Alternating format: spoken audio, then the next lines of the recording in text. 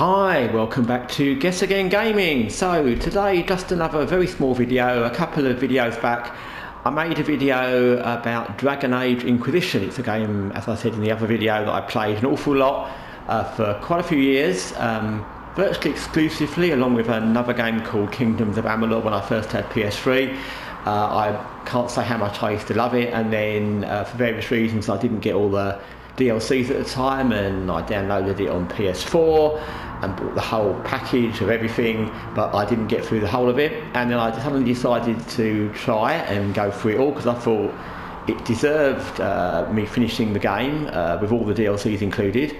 And I was saying in the previous very small video why I thought it was such a good game and why it was still such a good game even now.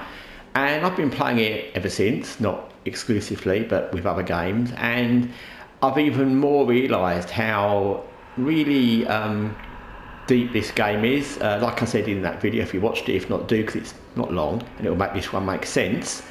But I didn't play Dragon Age Origins or Dragon Age 2 before this one, so I played this first, and I think this is much better than those two. It could be because I played this first, so I knew it much better. I'd probably played through it many times before I even thought of getting the other two.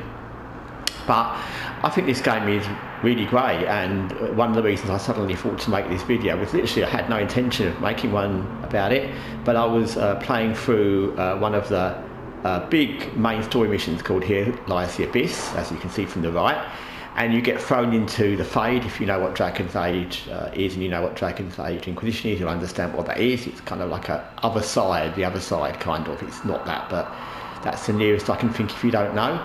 And I was going through the whole mission here, and it's quite long-ish. Not too long, it's good.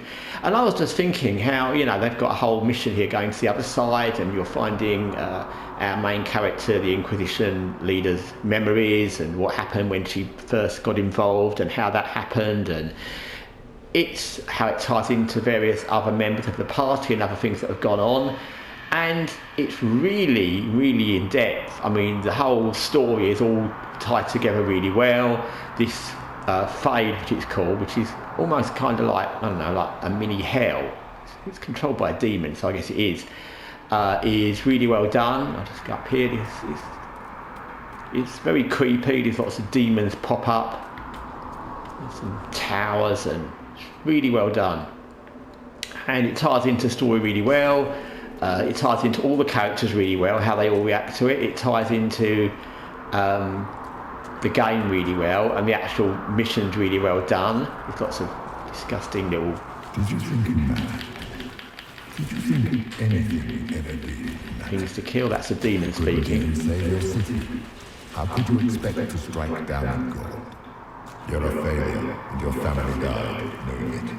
Of course, a fear would know where. And that's even more interesting, because the demon does kind of what demons are supposed to do, which it spends all its time while you're in this area talking to not just you, but different members of your party, and telling you, you know, what you don't want to hear, that you're useless, that you should be scared, that things are fake, what you believed in isn't real. There's loads of little things to find. You're finding her memories, plus, you know, the demons trying to taunt you and the rest of the party. So, it's in my head. Knowing is not helping. And it's really good how all the different characters, because they're all very different, all react. And I think I've got the best one for reaction here, because I've got Cassandra, if you know anything about it. Cassandra, Dorothy and Sarah. Sarah is always... I said in the last video, I know a lot of people didn't like her, but I think she's always worth having, because she adds a different thing that the others don't. She's not stoic or brave or committed to the cause or serious or any of those things. And I think it benefits from her. Her and Dorian are very funny together, and Cassandra with her. But also it has that other aspect where everyone else is talking about their beliefs and what they want to do with the world, and she's not. She's thinking about herself in a very small way, and I think that's good. That's more real. So I like, I always try to bring her if I can. Obviously some missions you need a warrior character or maid or something, and you can't bring her. But when I can, I do. So yeah, I just wanted to, like I said, talk about how I think this game is, and I played this a lot and I didn't remember all of it, so going back when I made the last video, I remember how good it looked, and it still looks, like I said, it still looks great now. I think this is, would hold up well now. It's not, like I said, AAA next gen graphics, but it's certainly very good graphics, and I wouldn't be at all upset if I got this game now with the graphics. And I think the story, the missions, the side missions, the amount of game, the amount of open world, the amount of maps is unparalleled, really. I mean, even in things, this would parallel in my mind with how much there is to do and how much content and how well it's done is something like The Witcher Wild Hunt or Cyberpunk.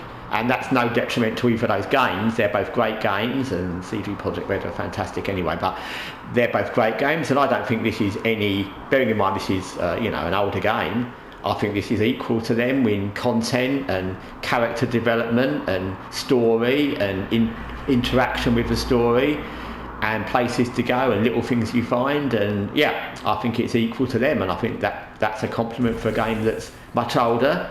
I think it still holds up really well now, and like I said in the other video, if you've not played this, if you don't even know about Dragon Age, play this, because I didn't know anything about Dragon Age. I just picked this up off the shelf in a shop as a DVD game and thought this looks interesting, and that's how I got into it. And I can't say that I'm a Dragon Age super fan, because the other two games were alright, but I didn't enjoy them as much as this. I would like to play the Alone. It's just fantastic, and like I said, all games aren't everything. No game is completely fantastic, but in comparison to other games of the time and in comparison to other games now, and I picked Cyberpunk and The Witcher because I think they're both fantastic games. I could pick many games now that are poor compared to the content and the characters and the story and the lore and even the graphics. So yeah, I think it's a fantastic game. I'd recommend it to anybody, and even if, like me, you've played it in the past, I'd recommend playing it again, because